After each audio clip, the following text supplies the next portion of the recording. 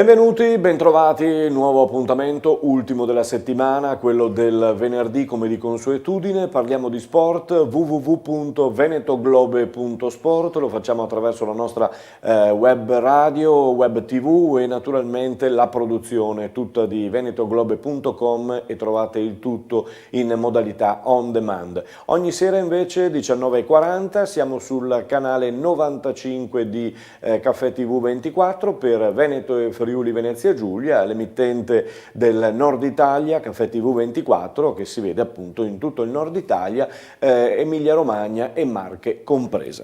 Andiamo ad iniziare perché eccolo qui, c'è la foto della Ferrari. Domenica all'alba scatta in Australia il campionato mondiale di Formula 1, sembra essere l'anno buono finalmente per Vettel e Leclerc sulla Ferrari, anche se le prime prove, le prime considerazioni non sono delle migliori, vedono ancora una volta Hamilton davanti a tutti.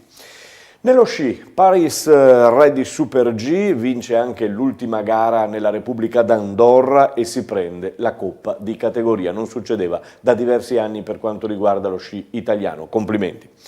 Nell'Europa League invece siamo al calcio, l'Inter esce mestamente di scena dalla competizione perdendo 1-0 in casa, squadra senza gioco, mai pericolosa, e ora il derby con il Milan mette in apprensione tutto l'ambiente, Spalletti compreso. Il Napoli perde 3-1 a Salisburgo con qualche brivido per questa gara, dopo essere passato in vantaggio per primo.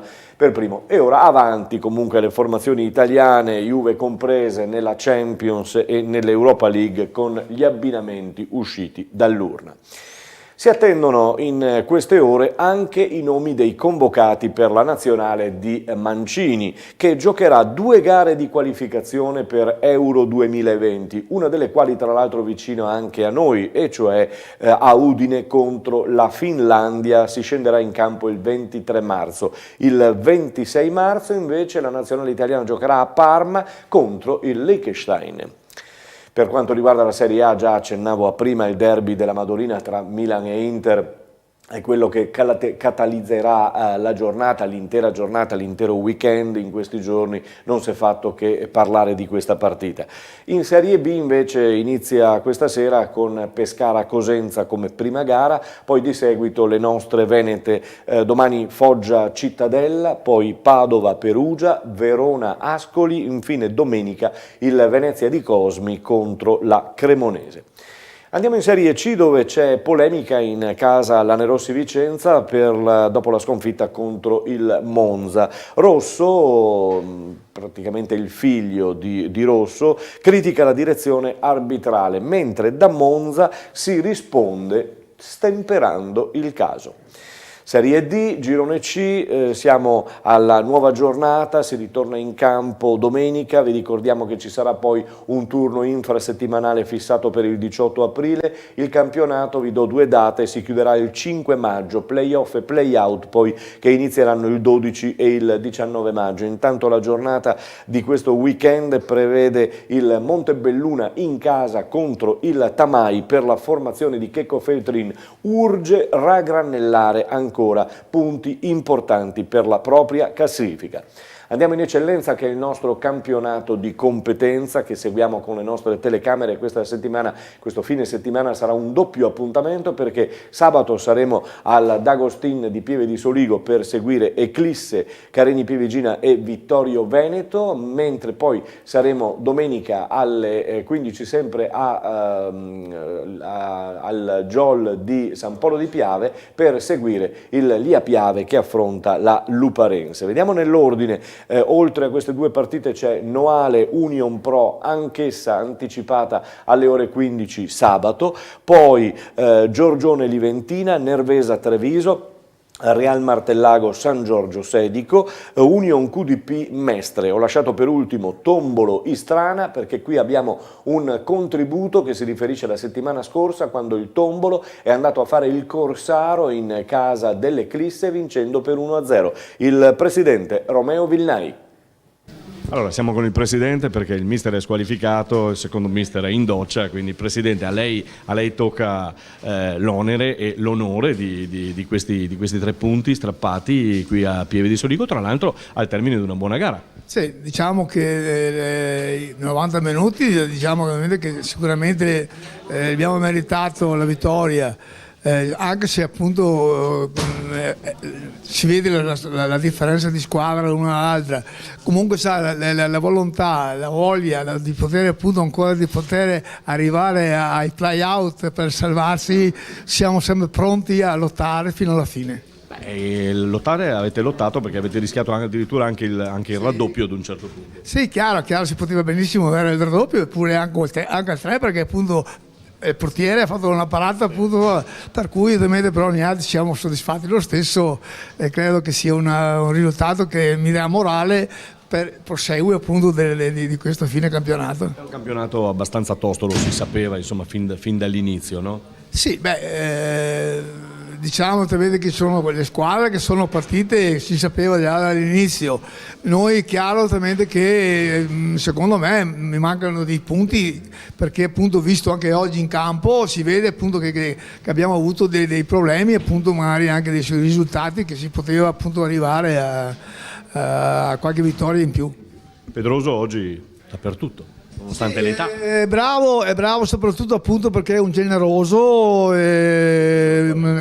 che appunto sa appunto anche qui i compagni aiutarli e richiamarli, per cui è una cosa importante. Presidente, in bocca al lupo. Grazie altrettanto anche a voi. Grazie.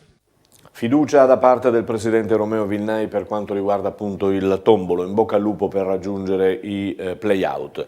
E adesso parliamo di basket, la TVB normale, normalità, massima normalità diciamo così. Oggi c'è stata la conferenza stampa classica di Max Menetti per parlare della prossima gara che vedrà la formazione di Treviso ad Imola per la 10ª di ritorno.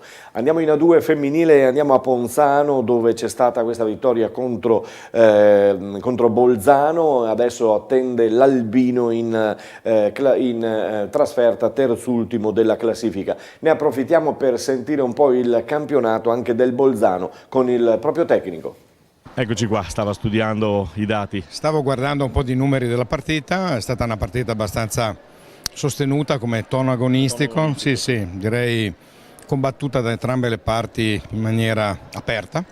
Noi siamo stati un po' deficitari nelle percentuali di attacco, abbiamo tirato malino da 2. Era quello che stava controllando? Sì, 30%, e in una partita come questa per vincere bisognava fare qualcosa di meglio. Sì. Ci hanno messo due quarti loro per trovare, poi nel terzo quarto hanno preso decisamente il via. Sì, loro nel terzo quarto, chiedo scusa per la caramella, ma nel terzo quarto sono stati più incisivi in attacco rispetto a noi. Hanno fatto delle buone conclusioni anche se erano marcati abbastanza in maniera attenta e d'altro canto noi cercavamo di limitare un pochino la loro nuova straniera, che è una ragazza che indubbiamente ha delle buone capacità. Siamo riusciti a bloccare lei, è ovvio che la coperta era un po' corta, abbiamo dato un po' più di spazio a Brotto, a Vian, però voglio dire noi a Bolzano abbiamo vinto di 19 e mancava questa novità. E evidentemente questa novità sposta molto l'assetto della squadra, i giochi. Sì. Avete vinto di 19 all'andata, quest'oggi insomma siete ancora lì?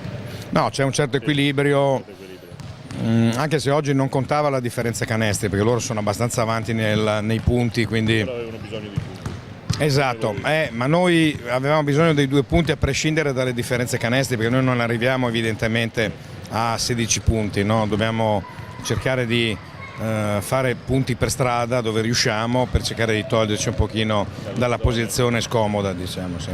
Coach, in bocca al lupo per il campionato. Grazie, molto gentile, grazie mille.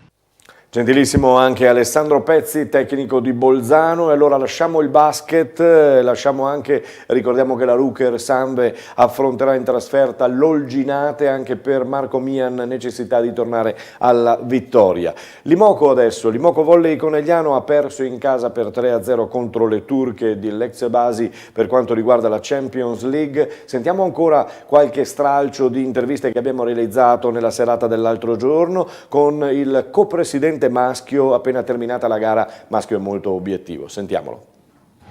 Piero, sapevamo che erano forti, si sono dimostrate forti stasera. Sì, molto forti, hanno fatto sicuramente 2 set e mezzo di altissimo livello e poi noi li abbiamo aiutati soprattutto nel terzo con qualche sbavatura di troppo. Per provare a vincere contro una squadra come questa devi essere perfetto. Questa sera non lo siamo stati e loro hanno giocato molto bene, quindi merito loro. Cecil dietro a noi hanno un po' massacrata questa sera. Sapevano benissimo che poteva essere il nostro punto di debolezza per quanto riguarda la ricezione, poi ricevere sempre col Mikasa in Europa è completamente diverso rispetto al campionato, quindi vabbè, abbiamo pagato. Andiamo ad Istanbul? A giocarcela, come avevamo fatto questa sera, ce la giochiamo fino in fondo in modo di non lasciare nulla di intentato. In attesa di martedì, dove ad Istanbul bisognerà vincere 3-0, 3-1 e poi sperare nel Golden Set e vincere anche il Golden Set, vabbè, in attesa di tutto ciò andiamo a parlare di campionato, ritorna il campionato, la trasferta per l'Imoco è a Cuneo. Parliamo di campionato perché abbiamo accostato l'altro giorno per bravura alla De Gennaro la Beatrice Parrocchiale, il libero del Bisonte, e noi l'abbiamo rintracciata proprio e trovata sul parquet dopo la gara. Allora, tra le tante sfide che c'erano, c'era anche questa, hanno fatto passare tra Parrocchiale e De Gennaro, no? Ma guardi, cioè, Mochi è la numero 1 e quindi si è meritata l'MVP, non ha fatto cadere niente stasera. Beh, nemmeno tu, insomma, hai fatto quello che dovevi fare. Grazie, grazie. Insomma, è un bel parallelo, no? Che ci sia questa sfida. Sì, ne sono grata perché comunque lei è di un altro pianeta e la rispetto tantissimo, però sono contenta dai di come è andata. Immagino, sarei un po' meno contenta di questo 3-2 perché ci avete tentato fino alla fine. Sì, è un peccato, però loro poi hanno spinto sull'acceleratore e non ci hanno fatto giocare più come prima. Bel campionato comunque per Firenze. Sì, stiamo facendo bene, siamo contenti, abbiamo fatto il record di punti per la nostra società, io sono qui da tantissimi anni e no, un bellissimo campionato, siamo contente, però adesso arriva il bello. E allora, in attesa che arrivi il bello, ti vogliamo nel pianeta che dicevi di Mochi. Grazie, lo spero anch'io. Ciao, grazie. Beatrice Parrocchiale, sicuramente una gran bella libero e una brava soprattutto libero, quindi bene così.